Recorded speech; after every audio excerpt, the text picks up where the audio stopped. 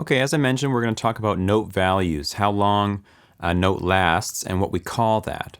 So I've got here some kick drums that are just accentuating the beat for us, meaning that a kick drum is hitting on every beat, like this. And I have a MIDI with a very simple sound. And we're going to start talking about how long these, what we call these note values. So the first note value we're going to talk about is called a whole note. So a whole note lasts for 4 beats. For example, if I hit a note here, 1, 2, 3, 4, off. Again, 1, 2, 3, 4.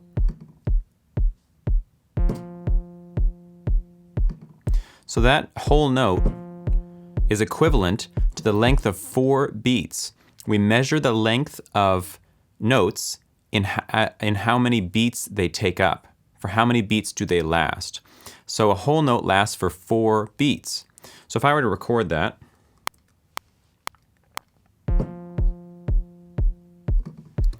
and if we look down here, we see here, we have these solid lines, the kind of white-ish lines, one here at 25, 25.2, 25.3, 25.4, and here's our note. So each one of these white lines is a beat, and we're stretching across 1 beat, 2 beat, 3 beat, 4 beat.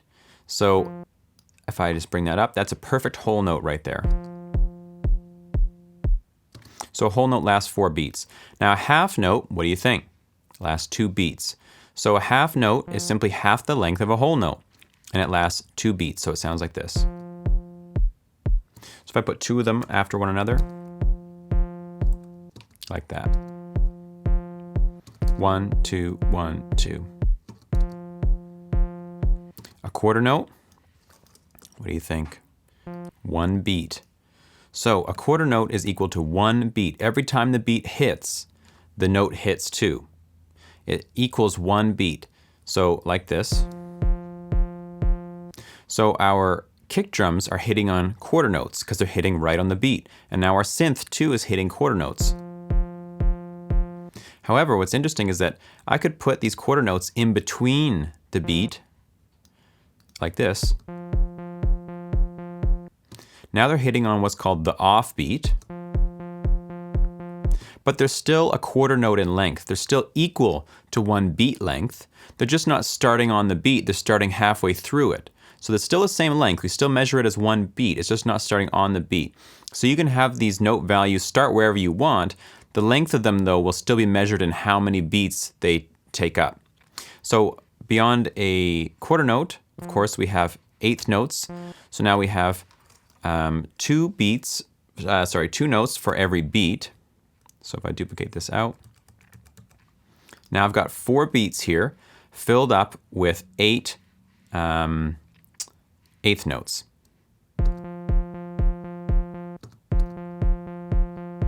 So notice for every beat, 2, 3, 4, da da da da da da da da da da da da da da da. So it's like a clock. We get perfectly divided beats in half. 1 and 2 and 3 and 4 and divided just like that. We're going to talk about how these get counted in the next video, but all you need to know now is that eighth notes fit 2 per beat. They're 1/8 the length of a whole note. The names of the notes tell you how they relate to a whole note. So a whole note's 4 beats, a half note is 2 beats, a quarter note is 1 beat, an eighth note is half of a beat or 1/8 of a whole beat, and then 16th notes, which we'll take a look at now, are 4 notes per beat.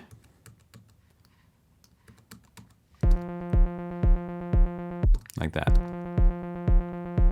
And notice that I have my grid here set to 1/16. So we see the lines come down at exactly the 16th notes, and I'm filling them up perfectly like this. I have 1 note per little grid line. I could change this to 8th notes. And now you see, we don't get the 16th divisions anymore. We just get 2 chunks per beat. So if I wanted to work in 8th notes, that's what I would do. If I wanted to work in 16th notes, that's what I would do. And these numbers inform your quantizing. We're going to talk about that when we do the drums. But if I wanted to quantize something in 16th notes, I would set this here. If the thing I want to quantize only uses quarter notes, I may as well set this to quarter notes and I'll get probably a more accurate quantization. But suffice it to say for now that the name of the note value tells you how long it lasts compared to a whole note. Whole, half, quarter, eighth, 16th, 32nd, 64th, 128th.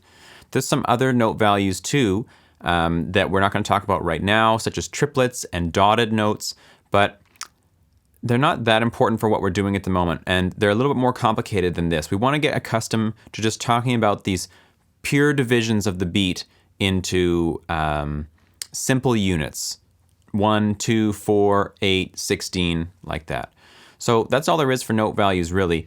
It's good to go into Studio One yourself and look at a MIDI track or write one yourself and just look at the grid and think about it for a minute. You know, set this to different values and see how it divides it differently. Now there's 2 for every beat. If I put it to quarter notes, there's only 1. We only get the beats, like that.